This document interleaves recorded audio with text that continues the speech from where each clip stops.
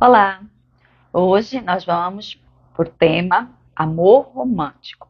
É o terceiro e último tema pedido por Jussara, mas vou te dizer,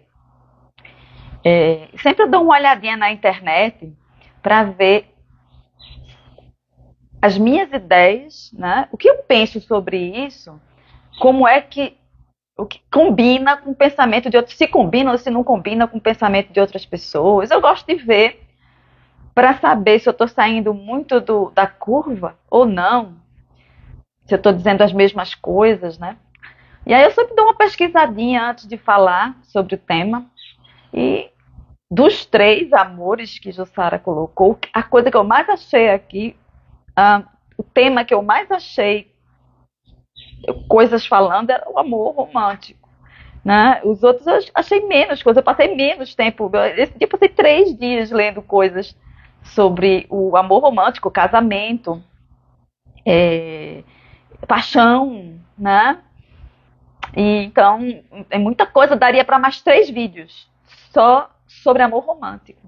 Olha, mas eu não vou fazer mais 3 vídeos sobre amor, não. Vou fazer só esse, o amor romântico. Vamos ver quanto tempo eu vou levar para concatenar e arrumar todas as ideias que estão aqui na minha cabeça sobre amor romântico. Eu vou me guiar, obviamente, pelas ideias de Jussara. Parabéns de novo, Jussara, já que é o último vídeo, é o último parabéns. Parabéns de novo pelas ideias que você colocou. Então, no amor romântico, né, que os gregos chamam de eros, que é paixão, né? Jussara colocou idealizações frustradas. A primeira coisa que ela colocou foi idealizações frustradas. Então, ela já começou dizendo: o amor romântico é uma bosta. Né? A gente já entra nele com um erro perceptivo. Né? Já entra nele com idealizações. E o que é idealizações? Idealização, na minha opinião.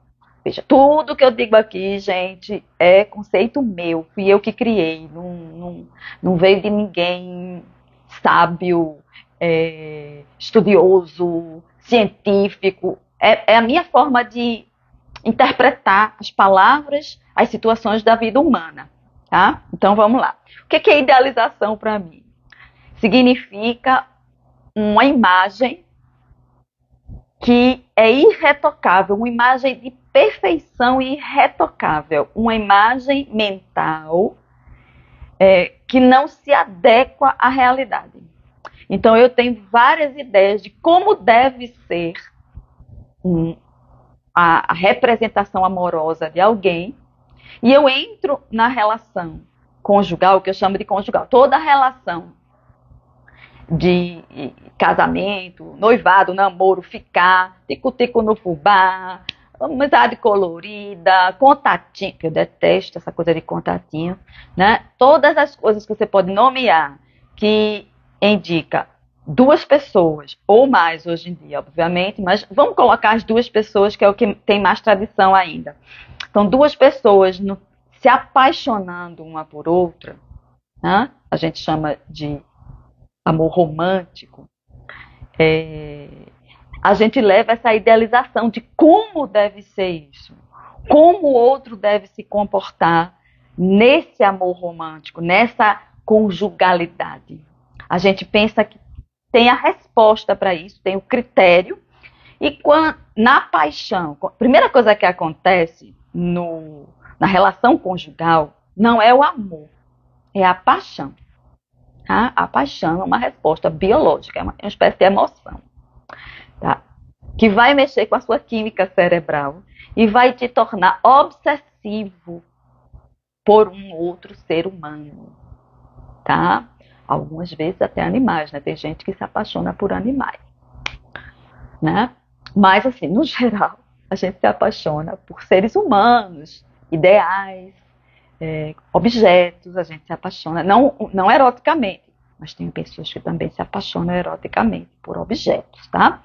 Mas aqui a gente não está falando desse tipo de relacionamento, a gente vai falar do tipo de relacionamento pessoa com pessoa. Então a gente se apaixona por outra pessoa, a gente fica com essa alteração química que faz a gente, inclusive, ser leal sexualmente. É a única maneira da gente ser leal sexualmente, ou seja, de cumprir a regra de 1 para 1, é quando a gente está apaixonado, porque a gente fica obsessivo, fica obcecado. Aí não tem outra pessoa que possa entrar nisso. Alguns cientistas dizem, né, neurocientistas dizem que a paixão, essa paixão obcecada que mexe, né, irracional, que faz a gente, dependendo da pessoa, faz a gente até agir de forma prejudicial para a gente e para os outros, ela dura de 1 ano a 2 anos. Vai depender muito da pessoa, né? Tem gente que passa só meses assim, e tem gente que passa 1 ano, 2 anos. Mas ela acaba. Como qualquer emoção, ela tem um tempo de vivência e ela vai embora. E ela chega e ela vai embora. Ninguém sabe ainda, também vários estudiosos já estudaram isso, e ninguém tem um consenso do que é que desperta num ser humano essa paixão. É por isso que parece que é um Deus com uma setinha, né, com uma flecha, que aleatoriamente flecha a pessoa e de repente ela está naquele lugar. Né? Fora de controle. A gente não escolhe, né? Não é conscientemente que a gente escolhe se apaixonar. Amar a gente pode escolher a quem a gente vai amar. Porque precisa de um exercício, precisa de tempo, precisa de escolha. Mas paixão, a gente, até hoje, não se escolhe. Simplesmente dá na pessoa, dá um clique e você começa a ficar obsessivo porque quer estar junto o tempo todo, quer ter sexo o tempo todo. Uma vez eu li num texto que em 1 ano, se você transar várias vezes com a pessoa, em 1 ano, se todo mundo for saudável, um bebê vai ser gerado. Então é por isso que a paixão dura mais ou menos esse tempo. Porque você fica obcecado ali com sexo o tempo inteiro. E se você não usar nenhuma anticoncepcional e for saudável para procriar, você vai sair desse ano com um bebê na barriga da mulher. Tá? E aí, quando o bebê vem, a química cerebral muda, a natureza não precisa mais de você para se reproduzir e ela sai do seu corpo, porque é uma possessão. A paixão é uma possessão. A paixão é tão forte que, sempre existiu, né? O amor romântico, não. Segundo Regina Navarro Lins, que Jussara também citou aqui, o amor romântico, como a gente conhece, com essa idealização inalcançável, ele tomou força na década de 40 do século XX. Né? No primeiro vídeo eu falei na década de 20, tá errado. É na década de 40, com os filmes do Hollywood. Né? Então ela tomou força na mente humana na década de 40 do século XX. Ela começou, o casamento por amor começou a ser instituído inicialmente no século XIX. Meados do século XIX, as pessoas começaram a não mais querer casar, a se juntar com outro ser humano, um homem no caso aí, porque a homossexualidade ainda era muito escondida, né? Não é feito hoje, que pode ser aberta, e tem regras, tem leis que protegem o casamento homoafetivo. No século XIX isso não existia, então a gente vai falar também do casamento heterossexual, não do homossexual, né? Embora o homossexual e o heterossexual é a mesma coisa, o casamento se dá nos mesmos termos, os problemas são os mesmos, as dificuldades são as mesmas, não muda. Tá? Eu atendi muitos casais homossexuais femininos, alguns masculinos, e os problemas eram os mesmos dos casais heterossexuais, não muda nada. As questões são as mesmas, inclusive as questões de traição, que eu não gosto dessa palavra, mas de traição, ou seja, de sexo fora do acordo ali, as questões de desigualdade de tarefas domésticas, por exemplo, que é outra coisa que dá muito problema em casamento, também tem nas relações homossexuais que eu atendi, tá?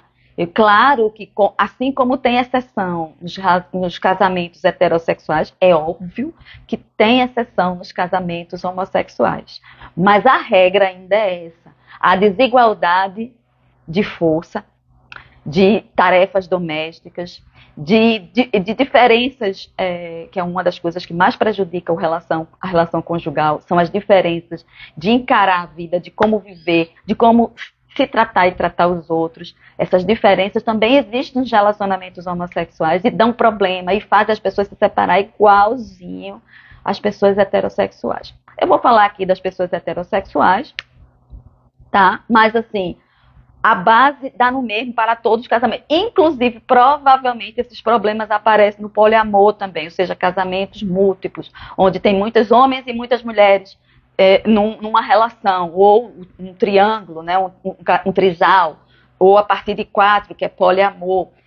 Essa problemática da convivência que faz baixar, que é provocada pela idealização frustrada, dá em todo tipo de conjugalidade, tá? Poliamor, trisal, relacionamento heterossexual, relacionamento conjugal, porque isso não é problema disso aí, dessa coisa do gênero, também não é problema de gênero, não é problema da quantidade de pessoas que tem no relacionamento, não é. É da idealização frustrada, como bem disse Jussara aqui. E uma das pessoas que fala melhor sobre isso, não idealização frustrada, que isso é meu, tá? Idealização frustrada, Jussara aprendeu comigo. É eu que chamo idealização frustrada. A Regina Navarro não fala disso. Mas a Regina Navarro Liz fala muito da problemática da conjugalidade, do casamento. E ela diz, né, que o casamento no formato em que a gente estabeleceu na década de 40 do século XX está fadado ao fim. Está começando, está nos primórdios de desfazer. Ela acredita que daqui a uns 30 anos esse tipo de relacionamento, esse formato de relacionamento não existirá mais. O que acontecerá seria o poliamor, o trisal, a abolição da ideia de exclusividade sexual, por exemplo. Não haverá mais isso, exclusividade sexual, essa exigência de exclusividade sexual. Essa ideia de união, eu com você me torno um.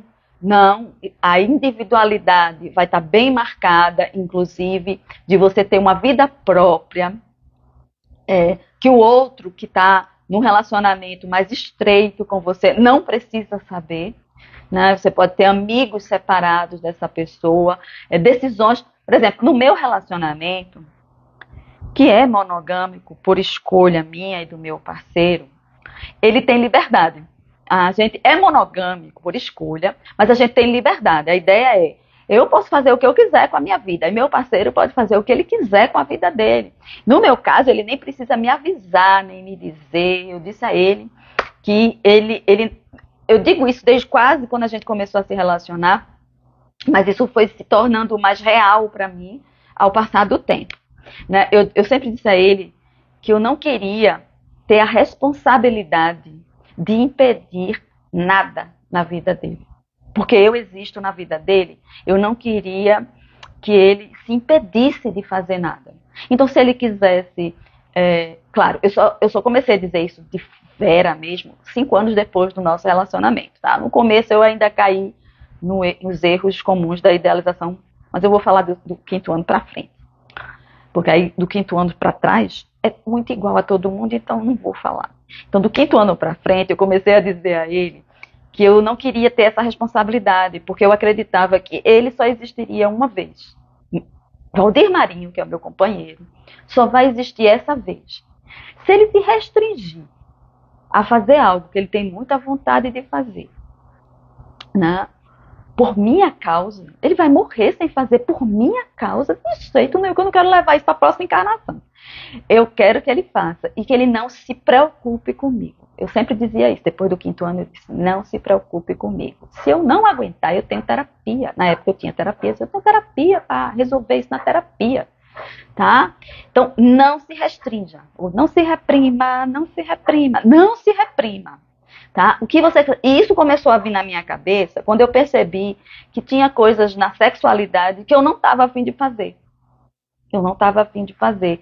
E se ele tivesse, eu não queria que ele se restringisse por mim. Então começou por aí.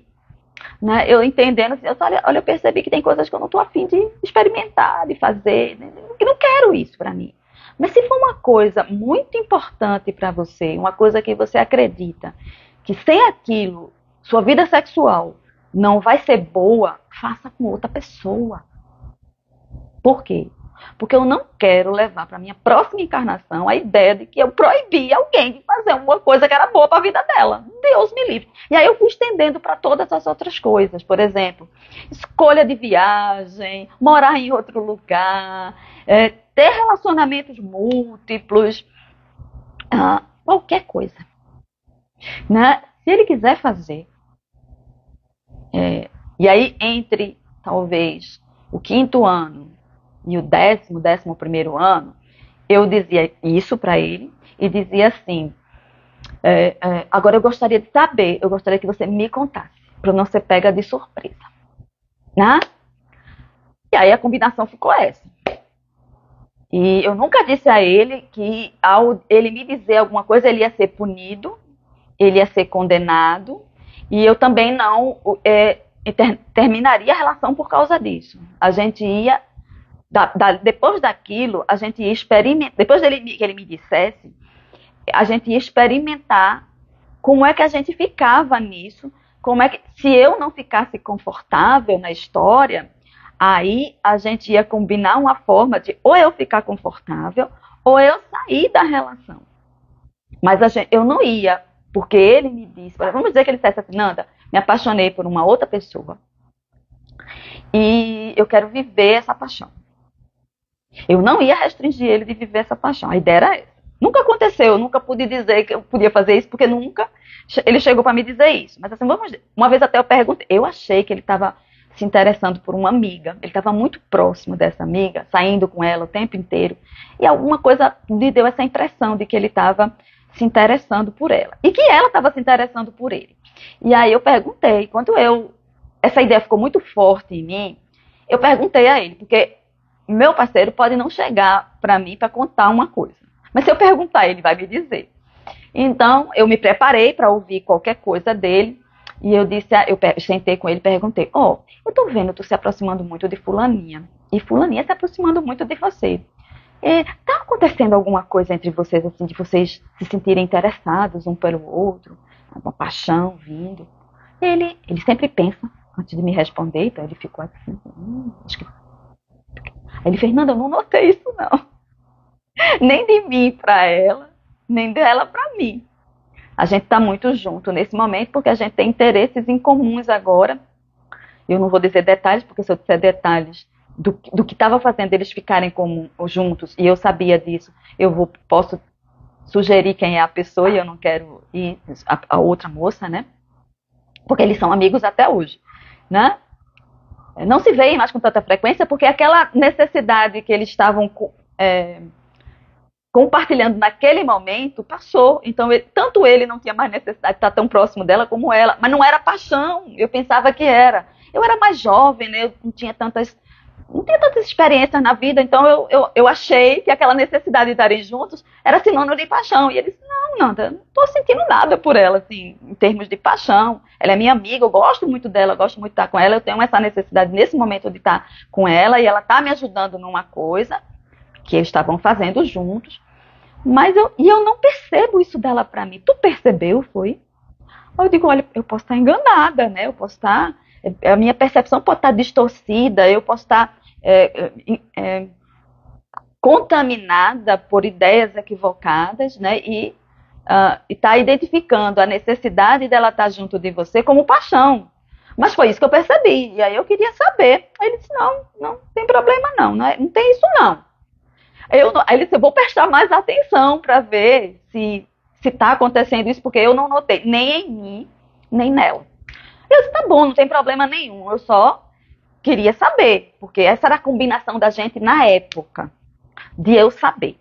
Acho que passado mais uns 5 anos, eu acho que quando a gente fez uns 15, 16 anos de relacionamento, eu sentei com ele de novo e disse, olha, eu não preciso mais saber de nada na tua vida, a não ser que você queira contar. Então, você está livre, inclusive para mentir para mim, porque eu quero acabar com essa perturbação na minha vida que uma pessoa não pode mentir para mim. Eu quero que as pessoas, inclusive, tenham liberdade para mentir para mim, se quiserem, se precisarem. Eu não quero ficar mais nesse condicionamento de achar que para eu ter uma relação profunda com alguém, essa pessoa só pode me dizer a verdade. Eu ainda acreditava nisso. Então, quando eu comecei a ouvir aqui no consultório as pessoas perturbadas com isso, eu percebi que eu também ficava perturbada com isso. Ah, não, para ser real, a pessoa tem que me dizer a verdade. Eu disse, nossa, e aí na época, eu acho que a gente estava assistindo um programa que era do Superman, que tinha a Lana Lang, que tinha essa perturbação sobre verdade. Isso me perturbou tanto. Tudo dela, não, porque você precisa dizer a verdade, porque você mente, porque o super-homem mentia para ela, né, que era super-homem. E ela não ficou com esta criatura porque ele não dizia isso. E ela sabia que tinha alguma coisa que ele não contava. Isso me perturbou tanto que eu comecei a trabalhar a minha cabeça. Trabalhei. Quando ficou bem, aí eu sentei com meu parceiro e disse, ó, tu tá liberado, inclusive, para mentir para mim. Mente, se tu quiser, mente. Se tu quiser falar a verdade, fala. Fica a teu critério. Não, eu não quero mais tentar controlar nem isso, porque eu ainda tentava controlar isso. Foi a última coisa que eu tentei controlar no meu parceiro, a verdade dele. Então, mesmo que eu estivesse perguntando a ele, eu estava liberado para mentir, para ele mentir. E tanto faz, o que é que eu ia partir daí? Eu ia pegar o que ele dissesse para mim. Não importava, como verdade. Mesmo que ele estivesse mentindo. Minha mãe me ensinou que mentira tem perna curta. E Louise Hay disse que tudo que eu preciso saber me é revelado. Tudo que eu preciso saber para o meu bem vai ser revelado. Então eu não preciso me preocupar com a mentira dos outros. Né?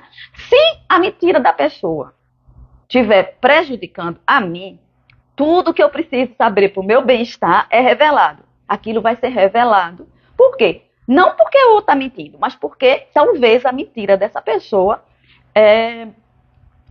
possa me prejudicar. E como eu tenho a obrigação de cuidar de mim e me proteger, então isso vai ser revelado. E vai ser revelado na hora que precisa ser revelado para eu me proteger.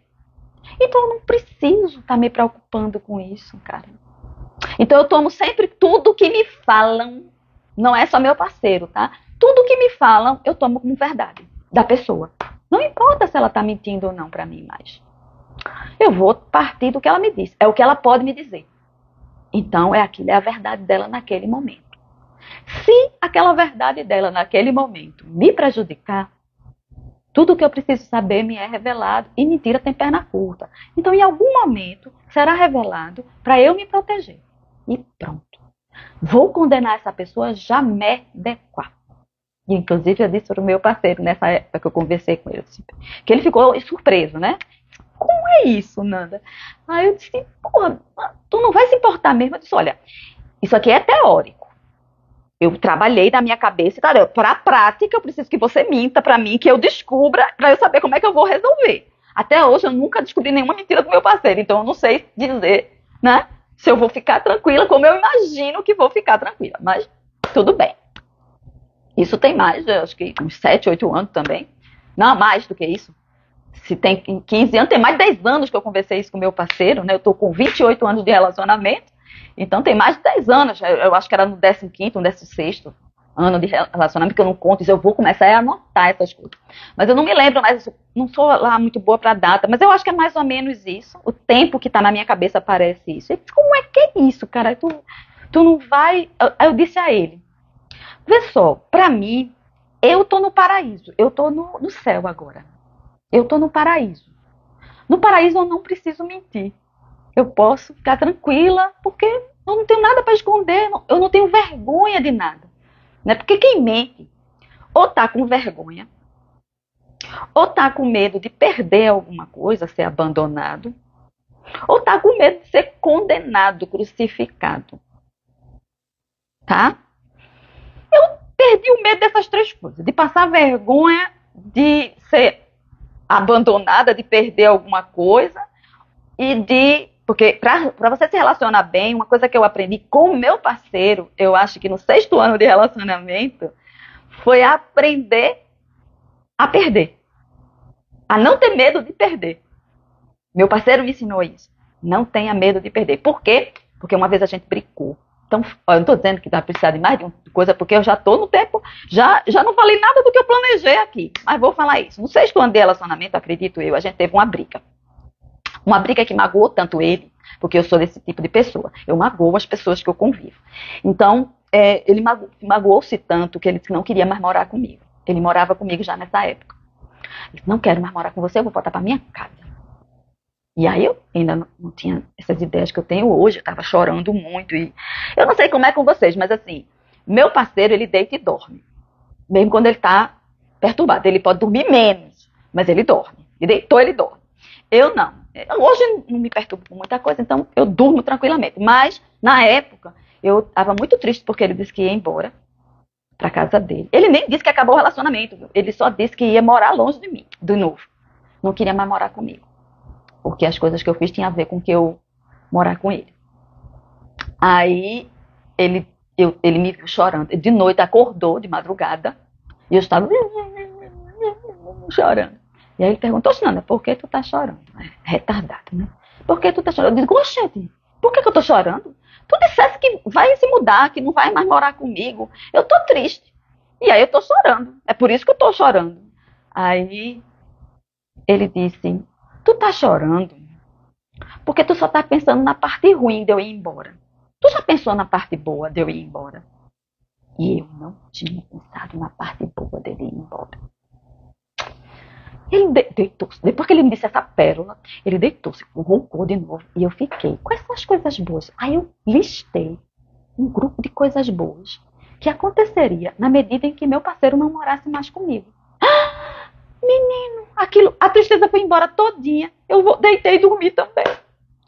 Eu disse, mas tem muita coisa boa. E se eu focar nas coisas boas? Pronto, resolvi o problema. Desde esse dia, eu perdi o medo de perder. E foi ele que me ensinou isso. Então, eu disse, pronto. Então, como eu perdi essas 3 coisas, eu não tenho mais por que mentir. Mas tem gente que tem medo dessas 3 coisas, então tem motivo para mentir. E essa pessoa que está com medo dessas 3 coisas está no inferno. Ela está no inferno. Eu tenho a compaixão de uma pessoa que precisa mentir. Por quê? Porque a pessoa está no inferno do medo de perder, no medo de ser ridicularizado e no medo de ser condenado. Quem está no paraíso tem compaixão, cara. Eu vou lá condenar a pessoa que mente? Não. Eu tenho compaixão da pessoa que mente. Eu entendo porque a pessoa mente. Né? E eu digo aos meus clientes aqui, honre se uma pessoa... Sinta-se honrado se uma pessoa mentiu para você. Aí eu falo, porra, Nanda, como assim? Sentir honrado por uma pessoa que está mentindo para mim? Sim. Porque essa pessoa lhe coloca num lugar de importância tão grande que ela tem medo que você a condene, deixe de gostar dela, que é ir embora, ser abandonado, ou condenação, perder, e qual foi a outra coisa mesmo? Ou ridicularize. Quer dizer, só uma pessoa que a gente acha que é muito importante pode rir da gente e doer. Se eu não acho que essa pessoa é importante, ela pode rir à vontade, eu não vou me preocupar com ela. Então, se eu estou mentindo para alguém, é porque eu acho que essa pessoa é muito importante. E se ela fizer uma dessas 3 coisas, ou as 3 coisas, eu vou sofrer tanto que eu prefiro mentir. Então, é uma honra. Hoje eu recebo como uma honra. Né? Eu também não quero ser essa pessoa tão importante, não. Eu quero ser desimportante para tudo e para todos. Para que as pessoas possam se sentir à vontade de serem elas na minha frente. Né? Não porque eu tenho essa mania de querer que o outro seja verdadeiro. Não tenho mais isso, eu não quero mais isso, não preciso mais disso. Mas eu prefiro viver com pessoas na natureza delas. Então, se a pessoa está precisando mentir agora, tudo bem, cara. Se a mentira dela vai me prejudicar, tudo que eu preciso saber me é revelado na hora certa. Para eu proteger e eu não me prejudicar tanto, talvez. Ou corrigir o prejuízo com mais facilidade, sei lá. Né? Então, uma das coisas que mais perturba a conjugalidade é essa. É o medo de ser feito de tolo. Vamos acabar com isso. Ontem mesmo eu ouvi isso, foi antes de ontem eu ouvi. A moça me dizendo que está com medo de entrar num relacionamento, porque um dos medos dela é de ser feita de besta, que o outro vá transe com outra pessoa, se namore, saia e vá namorar com outra pessoa, e ela não saiba, e aí ela vai ser feita de tola, ou seja, eu vou ser ridicularizada a respeito da minha inteligência. Por quê? Porque se alguém mente para mim, e eu não sei que a pessoa está mentindo, eu não descubro que a pessoa está mentindo, então eu sou ignorante, eu sou burra. Isso fere a minha vaidade. Eu tenho mais preocupação comigo do que com o outro. É assim que a gente vive, cara. E eu disse a ela, eu disse, não tem um jeito de você ser burra porque alguém mentiu para você. Porque para você descobrir a mentira de outra pessoa, você tinha que ser vidente. Porque normalmente quando a pessoa mente, ela está longe, quando ela está fazendo ato, ela está longe da gente. Quando ela chega perto, ela usa os recursos de ator da pessoa pra gente não descobrir o mal feito que ela fez. Então você tem que ser vidente, cara. Oh, meu Deus do céu.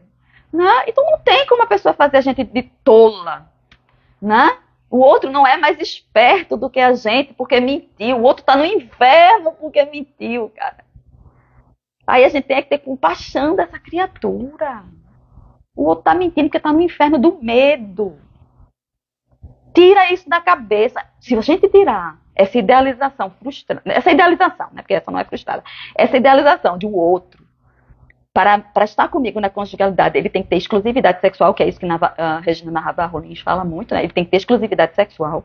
E se ele fizer isso com outra pessoa, ele tem que me dizer, porque senão ele está me fazendo de besta.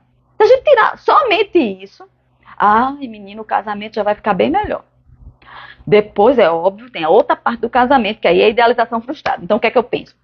Eu penso que o meu parceiro, quando morar comigo, ele tem que lavar os pratos e não deixar no escorredor. Que eu também descobri essa semana que tem uma cliente minha que o marido lava os pratos, mas deixa no escorredor. Como ela disse, deixa no escorredor como uma armadilha, né? Daquela armadilha que quando a gente tira uma coisa, tudo cai. O que é que ele tem que fazer? Ele tem que lavar o prato, botar no escorredor, depois enxugar e guardar no armário. E como ele não faz isso, porque provavelmente para ele, homem tem uma cabeça diferente de mulher, no geral. A cultura da gente faz isso, não é biológico, é cultural. Mas eles têm uma cabeça diferente das mulheres. Então, para o homem é assim. Por que eu vou guardar um prato que daqui a pouco eu vou usar e ter que lavar de novo? Por que eu vou arrumar uma cama se eu vou dormir de noite e vou bagunçar ela de novo? Homens não foram treinados como mulheres, no geral, tá? Porque eu já vi isso em relacionamento homossexual feminino. Ou seja, duas mulheres, uma era bagunçada, que eu lembro bem que ela dizia assim, Nanda, ela come biscoito no meu sofá, nem limpa, depois fica tudo aqueles farelos. Ela deixa a cama bagunçada, Nanda. Ela bagunça. Eu dizia, não more com essa pessoa. Isso é quando ela visitava, elas não moravam juntas ainda. Não more com essa pessoa, senão você vai ser, no final de um mês, você vai ser internada num hospício. Ou com burnout de tanto trabalhar na limpeza que essa moça vai deixar na tua casa. A sujeira que ela vai deixar na sua casa. Não lava os pratos, não faz comida. Eram duas mulheres. Era a mesma coisa. Essa moça, a moça que era bagunçada, estava fazendo a mesma coisa que a maioria dos homens fazem. Tá? Com tanta coisa para fazer em casa de limpeza, ela fica na frente da televisão, como se nada tivesse para fazer. Uma mulher casada, quer dizer, casada não, namorando com outra mulher na visitação. Essa moça era tão sem vergonha que nem na visita, porque quando a gente é visita, a gente, né, tenta mostrar um lado mais civilizado, vamos dizer assim, né? Um lado mais civilizado. Mas nem na visita ela era civilizada. Ela comia os biscoitos, ela deixava tudo bagunçado. Eu dizia, não more com essa moça. Namore à distância. Se você casar com ela e morar com ela, você vai ser internada em um hospital ou psiquiátrico, enlouquecida, ou num hospital sem ser psiquiátrico, porque está em burnout de tanto cuidar, vai sobrecarregar de trabalho. Na visita, você cansa só um pouquinho, ela passa 1, 2 dias aí, depois vai embora.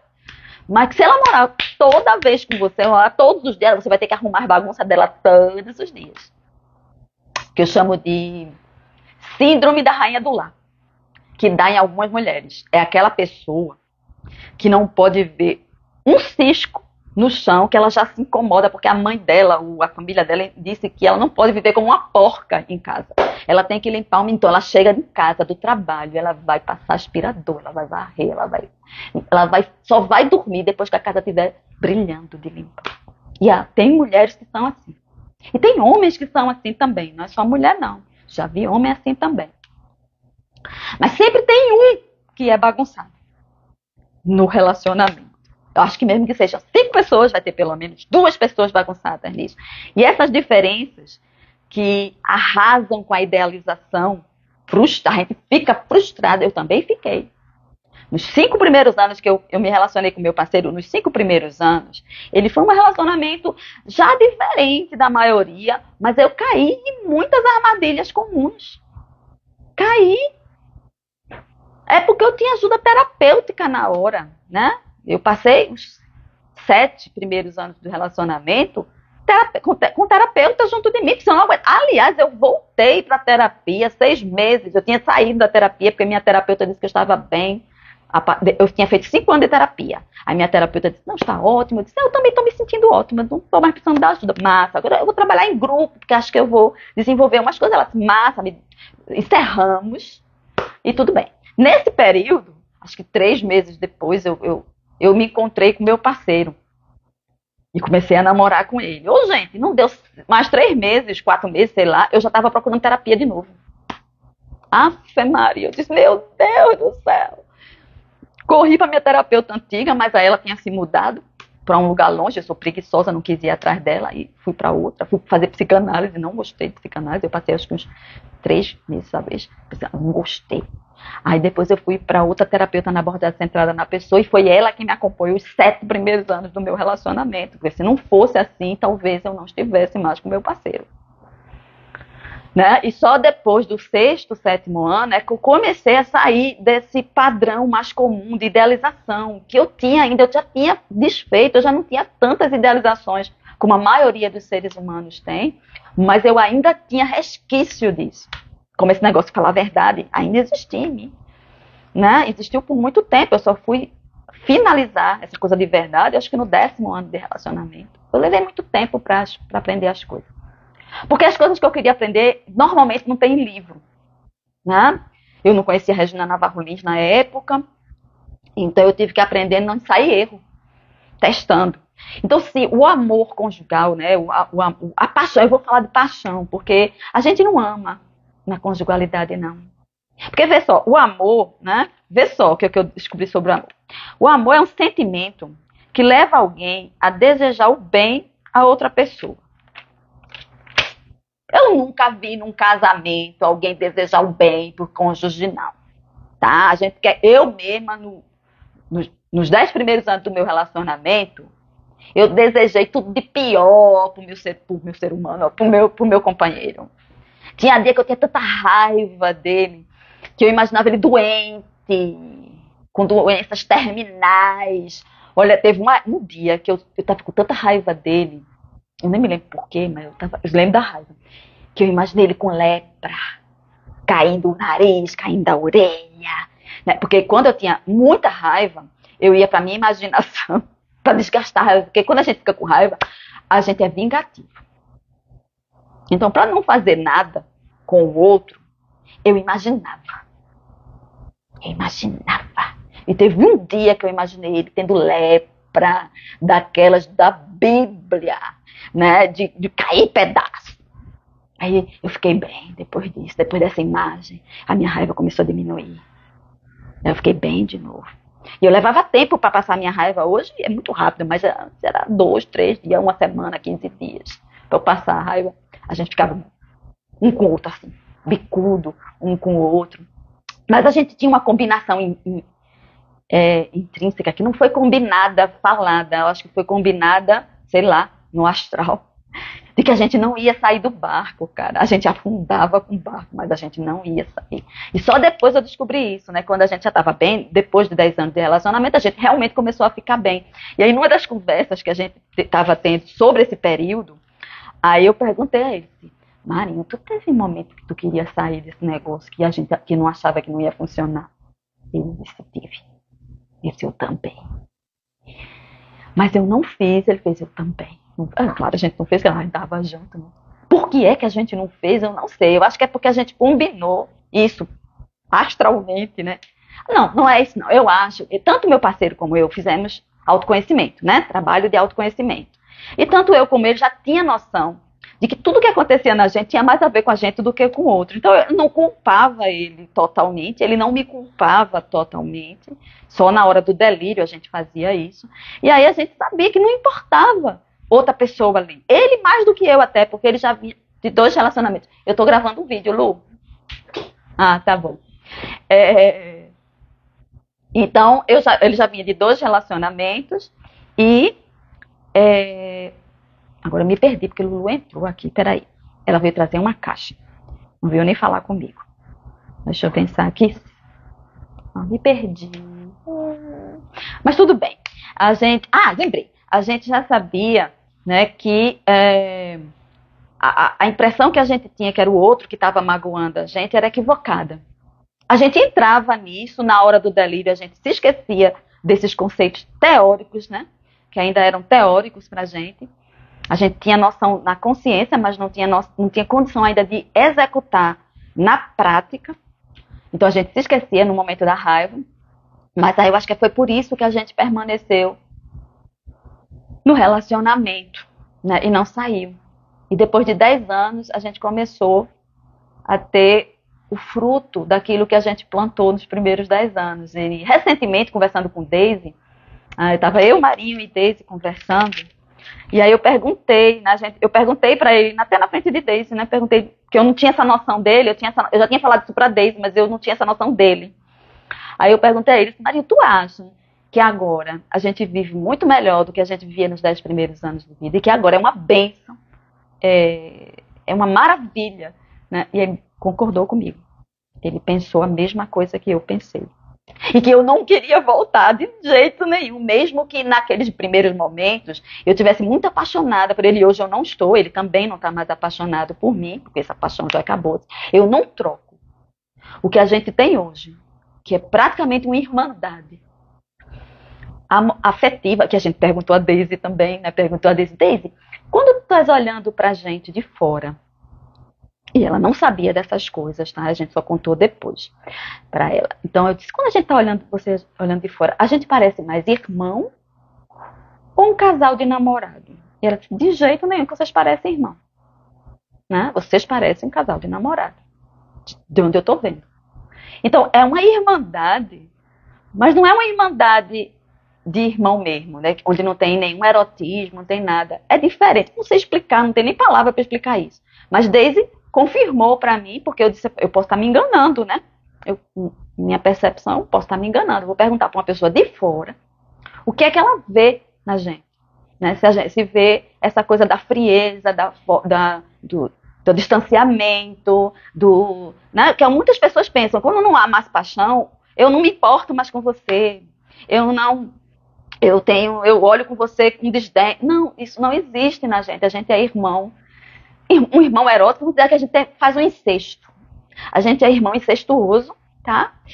E tem uma ligação afetiva ali. Eu não troco meu parceiro por homem nenhum, tá? Para mim, ele é uma representação de todos os homens. Eu não preciso de outros homens, porque para mim, ele é a representação de todos que existem.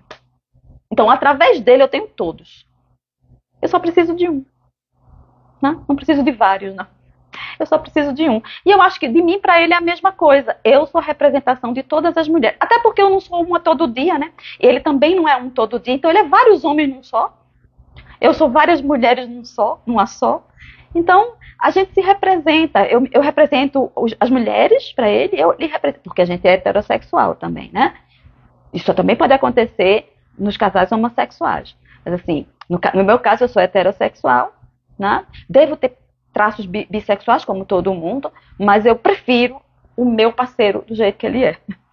Eu não me relacionaria como eu relaciono com o meu parceiro com uma mulher. Não me veio nenhuma graça nisso. E eu gosto do meu parceiro, né? Do jeito que ele está agora, né? Do jeito que ele se apresenta para mim. Então eu não trocaria meu parceiro por ninguém. Não tem ninguém melhor do que ele para mim, né?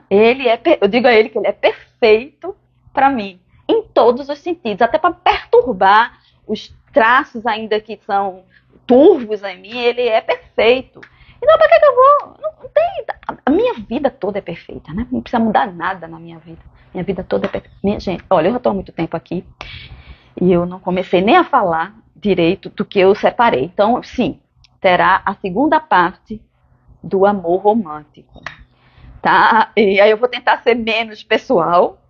Aí me digam, quem assistiu isso até agora, me diga lá nos comentários se vocês preferem que eu continue personalizando o amor romântico, ou seja, falando do meu relacionamento, ou teorizando mais, né? Porque eu tenho, olha, eu preparei aqui um negocinho aqui cheio de teoria, não falei nada da teoria, né? A não ser o conceito de amor. Mas não falei nada. Preparei aqui o livro da Regina Navarro Lins, que é Novas Formas de Amor, o livro do Amor, volume 1 e volume 2, o Você Pode Curar Sua Vida, o capítulo dos relacionamentos. Eu estava tudo aqui, tinha muita coisa, mas não falei nada disso. E o tempo já passou, como disse Vani. Olha o tempo passando, olha o tempo passando, e eu acho que já ficou muito grande isso aqui. Então eu vou continuar na próxima semana. Eu continuo e aí eu vou tentar ficar mais próxima disso. Mas aí vocês me dizem o que é que vocês preferem. Se eu vá mais para a teoria, né, dos conceitos, falar dos conceitos aqui, ou se eu continuo aqui nas minhas memórias póstumas de Brás Cuba, né, do meu relacionamento quando eu era demente. Agora eu estou alerta, né, mas antes eu era demente e todas as programações elas vinham na minha cabeça nos 5 primeiros anos. Eu tinha muito isso. Nos segundos 5 primeiros anos eu estava saindo disso e só do 10º ano em diante é que eu comecei a realmente me desnudar de todos os conceitos, de todas as idealizações que fazem a gente se sentir frustrada no relacionamento conjugal e ele ser muito ruim. A maioria dos relacionamentos conjugais são ruins. Segundo Regina Navarro Lins, há uma pesquisa que 80% das pessoas casadas dizem que é ruim estar casada. Então, se você está ouvindo coisas diferentes disso, as pessoas estão mentindo. Então, 80%, uma pesquisa foi feita, eu não me lembro mais onde foi, mas foi na Inglaterra, e 80% das pessoas que são casadas nos moldes tradicionais, onde há exclusividade sexual, controle da vida do outro, essa sensação de que você tem que ser uma com o outro, muitas obrigações conjugais para fazer, pesada, diferença não conciliada, vive vida ruim. Eu também tenho essa experiência aqui, tanto nos meus 10 primeiros anos de relacionamento, como de escutar. Eu só escuto assim, teve até uma vez que eu estava dizendo, realmente casamento é uma bosta, como canta João Bosco, na música A Nível de, que eu conheci com o Marinho, eu adoro essa música, né? O casamento é uma bosta. Então, muitas pessoas que eu escuto, aliás, todas as pessoas que eu escuto estavam em casamento, estão em casamento, falam do casamento assim. Só começam a falar, e eu já conheço pessoas que falam do casamento de outra forma. Eu tenho 1 ou 2 pessoas que falam assim, foi porque mudaram a perspectiva. Não estão no casamento mais tradicional. Eles mudaram a perspectiva, aí começaram a se usufruir da relação. Mas antes disso, não. Se está tentando pegar o relacionamento e encaixar nos padrões de um relacionamento conjugal tradicional, vai sofrer. Como diz Ângela Rorô, amar é sofrer. Não, amar não é sofrer. Casar é sofrer, tá? Relacionamento conjugal é sofrer. Você tem que sair desse negócio. Aí a Regina Navarro Lins, ó, tá fazendo um serviço fantástico pra gente sair disso. Eu só comecei a ler os livros dela, deixa eu ver. Eu li o Cama na Varanda, o primeiro que eu li foi o Cama na Varanda, Esse aqui já é de 2018, né? Mas foi antes. Eu li o Cama na Varanda, mas eu não tenho ele físico, eu tenho ele PDF, o Cama na Varanda. Então, não tenho como saber quando foi que eu li o livro. Mas esse foi o primeiro livro que eu li dela, eu já gostei da história. É na época que eu estava buscando, porque tudo que eu preciso saber me é revelado, então eu estava buscando sair desse padrão, e chegou a Regina Navarro Lins para me ajudar nisso. Tá? E aí eu segui ela pro resto da vida. Né? Tô com ela e não abro. Leiam, escutem ela, né? Escutem o que eu estou dizendo. Então, eu continuo essa conversa na próxima semana. Até a próxima semana.